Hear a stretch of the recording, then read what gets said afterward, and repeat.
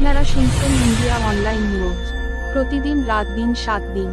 পশ্চিমবাংলায় এইভাবে তৃণমূলের সাজানো প্রশাসনিক সিস্টেমের মধ্যে দিয়ে থানার ওসি, আইসি, বিডিও, এসডিওরা সম্পূর্ণ তৃণমূলের এজেন্ট হিসাবে কাজ করছে। আজকের এই ভোট কর্মীর ট্রেনিংয়ে রক্তাক্ত হওয়ার ঘটনা আবারও প্রমাণ করলো নদিয়া জেলার দেবনাথ স্কুলে যে ট্রেনিং চলছিল সেখানে হাঁসখালির বিডিও তার নেতৃত্বে ট্রেনিংয়ের প্রথমেই মমতা ব্যানার্জির সপক্ষে তার ছবি দিয়ে দীঘার জগন্নাথ মন্দিরের বিজ্ঞাপন শুরু দিয়ে ট্রেনিং শুরু হয়। ভোটকর্মী একজন প্রতিবাদ করলে তাকে ভিডিওর সামনে এসে তৃণমূলের গুন্ডা বাহিনী এবং ভিডিওর প্রশ্রয়ে এটা হয়েছে, তার ইশারায় হয়েছে, সেই ভোট কর্মীকে মেরে রক্তাক্ত করা হয়েছে।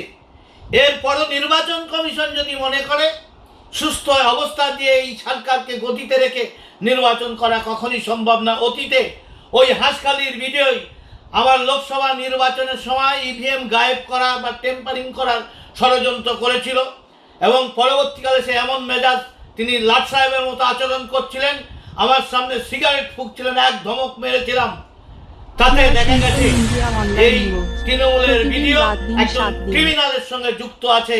এর শাস্তি চাই এবং এর বিরুদ্ধে প্রশাসনিক পদক্ষেপ নেওয়া উচিত। নির্বাচন কমিশন কি করবে তবে বুঝবো নির্বাচন কমিশনের দম আছে, না হলে অন্য ভিডিও ভয় পাবে না।